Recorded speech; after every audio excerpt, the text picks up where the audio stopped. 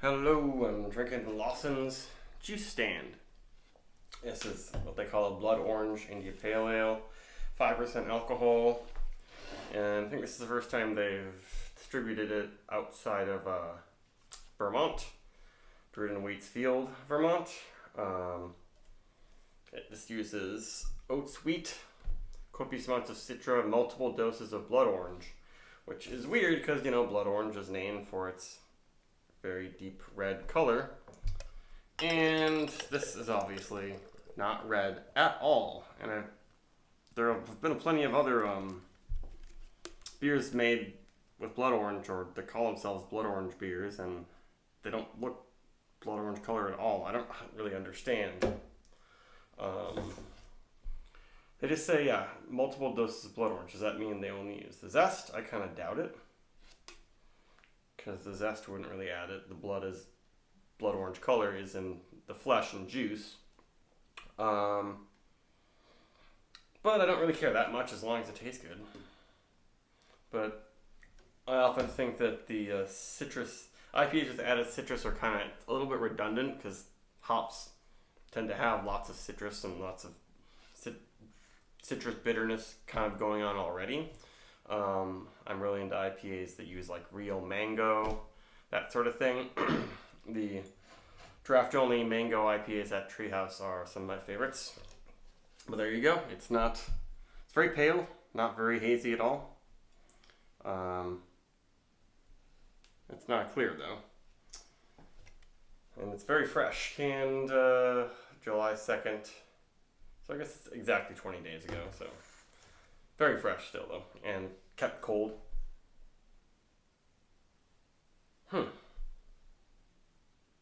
Yeah, the blood orange does not jump out of it, but I'm not really necessarily that disappointed by it. Because a lot of times citrus is a very prominent flavor. You put a little bit of, lemon or lime juice in something, just a squeeze of it. It's really noticeable. It can cover up other stuff. I still want to, notice this is an IPA and get the hops, and I'm getting citrus or citra hops. For sure, there's some candy notes. Quite a bit of candy notes. Kind of Smarties almost. Bordering on bubblegum, which I rarely get that from Lawson's. I would not guess that this is a Lawson's beer just from the smell.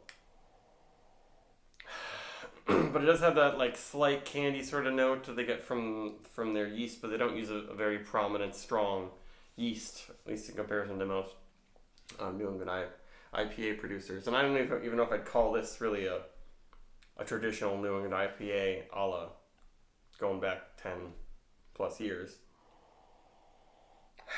But am I going to get blood orange in the flavor? Oh yeah, much juicier in the flavor. Interesting. And it's not very bitter. It's surprising they call it an IPA. I would call this like a pale ale, considering it's 5%. And it's not very dank. It's not very bitter. There's a hint of acidity. So they reuse the real fruit. They actually probably do have some kind of juice in here, but for some reason it's not affecting the color. Maybe it's the way they condition it, or they let it sit in the bright tanks till all that stuff falls to the bottom, or it's absorbed by the yeast and falls to the bottom. I don't know, but I'm really not seeing any tinge of blood orange color in there.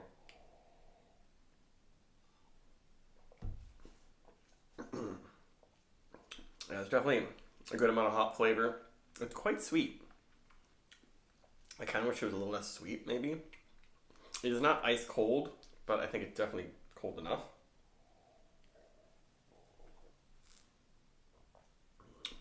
I'm still rearranging my new room here. So I have a music room. And last time I made a video, I forgot my microphone. So hopefully that helps, because there's not much. This room's a little empty, so it might be kind of boomy. And this might not be the final form of how I do my videos with this random pink table here.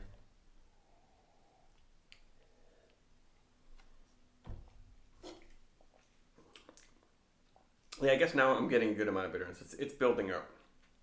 And they didn't really give you, don't say much. The oats and wheat, do give it some body for 5%.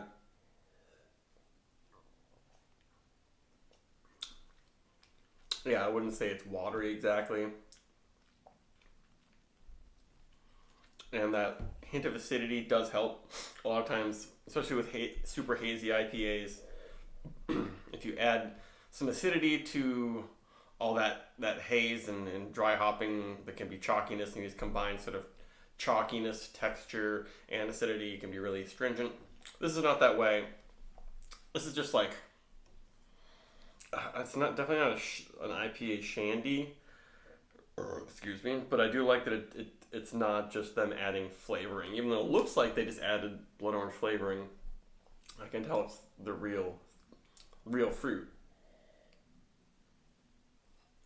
Because a lot of times if they just add, a drop of some industrial natural flavoring, it can overwhelm everything else and be really big. It's like seltzer flavoring. This is not that, but I guess I wish it had more aroma. I guess now that I'm drinking it a bit, I'm smelling some more blood orange, but that's what it was missing. And I guess it's definitely, especially if you drink it out of the can, you could be like, oh yeah, that's blood orange flavor. It's just visually kind of throwing me off right now. And it's clean. Now it's coming across more sort of a Lawson's beer. But is it worth almost $15 a 4-pack? I don't know. And they did a good job not making it too bitter, because now it's drying out my tongue. The hint of acidity and the hint of bitterness. So it's very clean and very drinkable, but